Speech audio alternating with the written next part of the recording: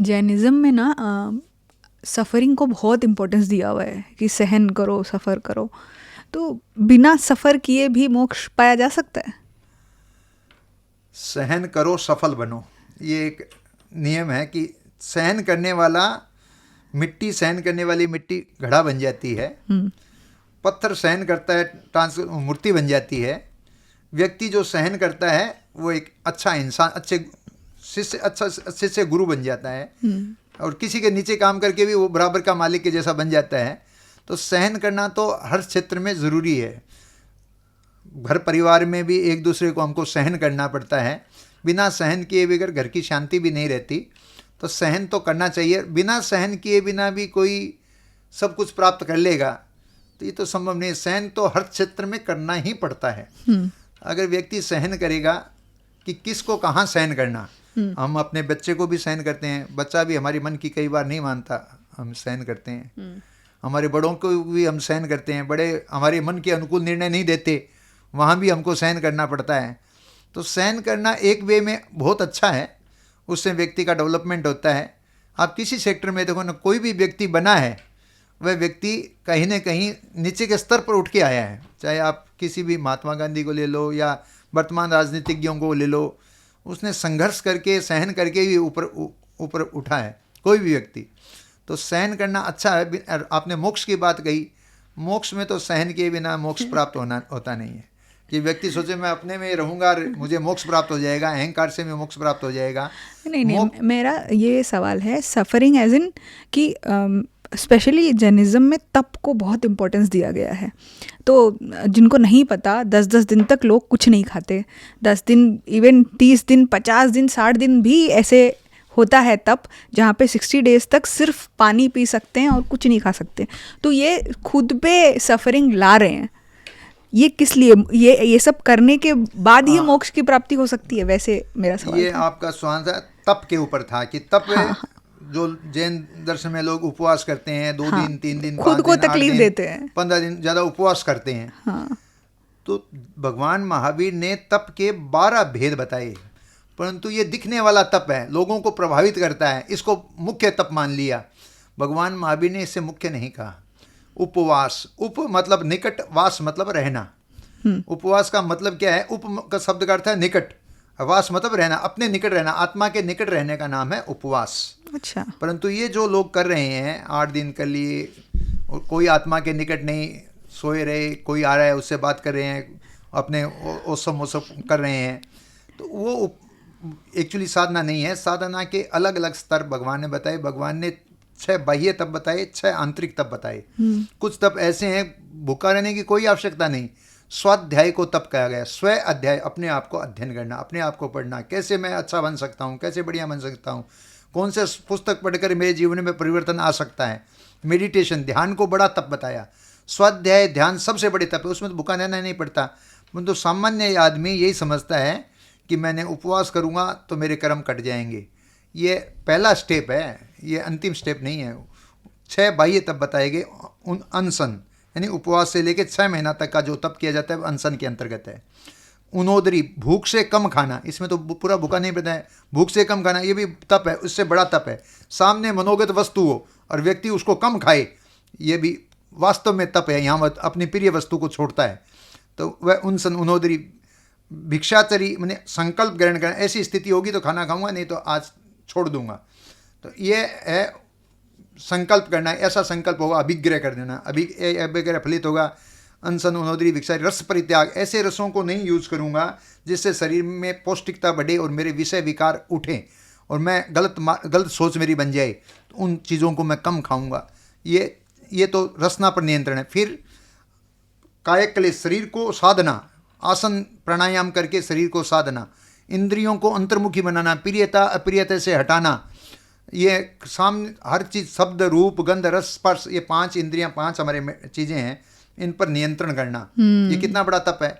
फिर प्रायश्चित, अपनी गलती की क्षमा याचना कर लेना। विनय, ये कुछ भूखा नहीं पड़ता, बड़े तप हैं ये। विनय, प्रायश्चित, विनय, बड़े लोगों का विनय करना, प्रायश्चित विनय। व्यावृत्य, निर्वध्य सेवा करना, बिना हिंसा हो सके वैसी सेवा करना।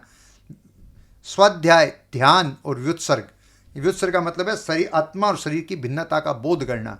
यहाँ भूखा नहीं रहना पड़ा है, परंतु आंतरिकता से समझना, ये तप बड़े हैं, परंतु सामाजिक स्तर पर इसे तप माना गया है। तो इसके बिना भी मोक्ष प्राप्त किया जा सकता है। आपका उत्तर ये है कि केवल भूखे रहने से मोक्ष मिलता है, ऐसा नहीं है।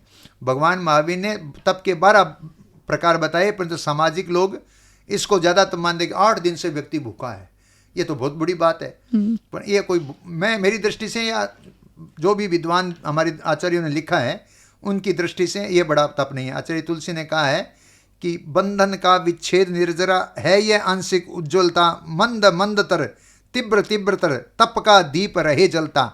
ये तप तो सावन भादों में या बरसात की सीजन में किया जा सकता है।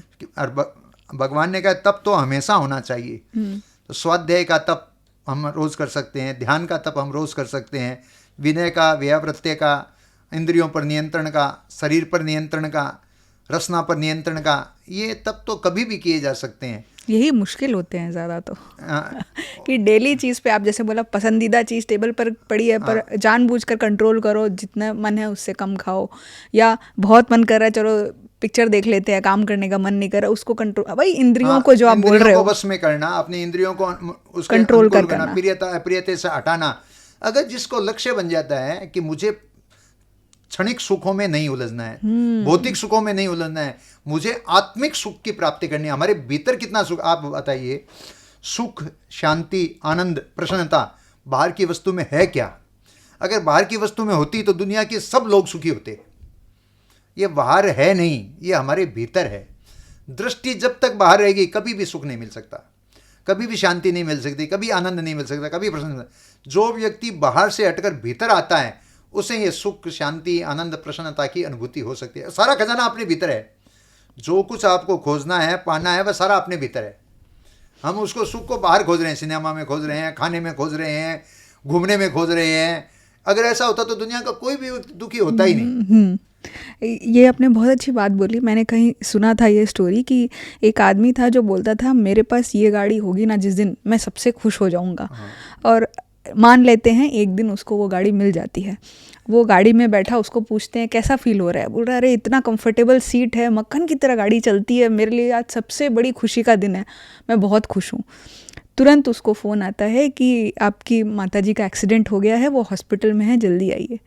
तो बोल रहा है क्या अभी भी तुम खुश हो? गाड़ी तो वो अभी भी नहीं है, अभी भी सीट उतनी कंफर्टेबल है। बोले नहीं, मेरे को कुछ नहीं अच्छा लग रहा, मेरे को मेरी मम्मी के पास जाना है। तो आप तो बोले थे गाड़ी में खुशी है।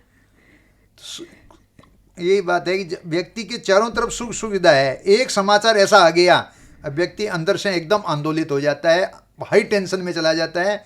तो ये सारा चीज़, ये सब आंतरिक है। जो व्यक्ति आंतरिक रूप से समझ जाएगा वह व्यक्ति इस स्थिति में कभी नहीं जाएगा। आपने जैसे उदाहरण दिया, ऐसा उदाहरण भी आता है कि एक व्यक्ति को समाचार मिला कि तुम्हारे पुत्र का एक्सीडेंट हो गया।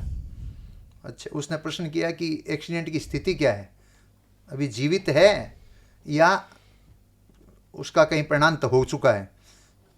तो उसने मुझसे कैसे, बोले इसलिए पूछ रहा हूँ कि अगर वो प्राणांत हो चुका है तो मैं उस स्थिति में अपने को प्रिपेयर करके आऊँ, अगर वो जीवित है तो मुझे हॉस्पिटल ले जाना है, क्या लेना है, उस स्थिति में उसको प्रिपेयर करके आऊँ।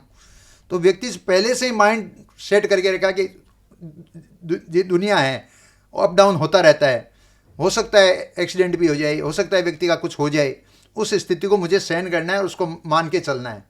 तो वो व्यक्ति हमेशा शांत जीवन जिएगा कि दुनिया में उतार चढ़ाव होता रहता है। आज हम अच्छी तरह से बैठे हैं, अचानक एक खबर आ जाती है कि ऐसा कुछ घटित हो गया, आग लग गई। अभी नेपाल में, वर्तमान स्थिति में नेपाल में आग लगाई जा रही है, जगह जगह बड़े बड़े होटलों में, बड़े बड़े रेस्टोरेंट में नेताओं के घरों को जला दिया जा रहा है। तो ये स्थिति कब घटित हो जाए, किसके साथ में क्या घटित हो जाए, कोई भरोसा नहीं है। तो ऐसी स्थिति में व्यक्ति जो शांति का जीवन जैसे अंदर रह सकता है, वह व्यक्ति सुख का अनुभव कर सकता है। तो ये हमें प्रिपेयर ये करना है कि मुझे सुख, शांति, आनंद, प्रसन्नता मेरे भीतर है, बाहर नहीं है। मुझे दुनिया की कोई ताकत दुखी बना नहीं सकती। ये संकल्प अगर हम पुष्ट करते रहें अंदर, तो आपको दुनिया में कोई दुखी बनाएगा नहीं, आप हमेशा सुख का जीवन जिएंगे।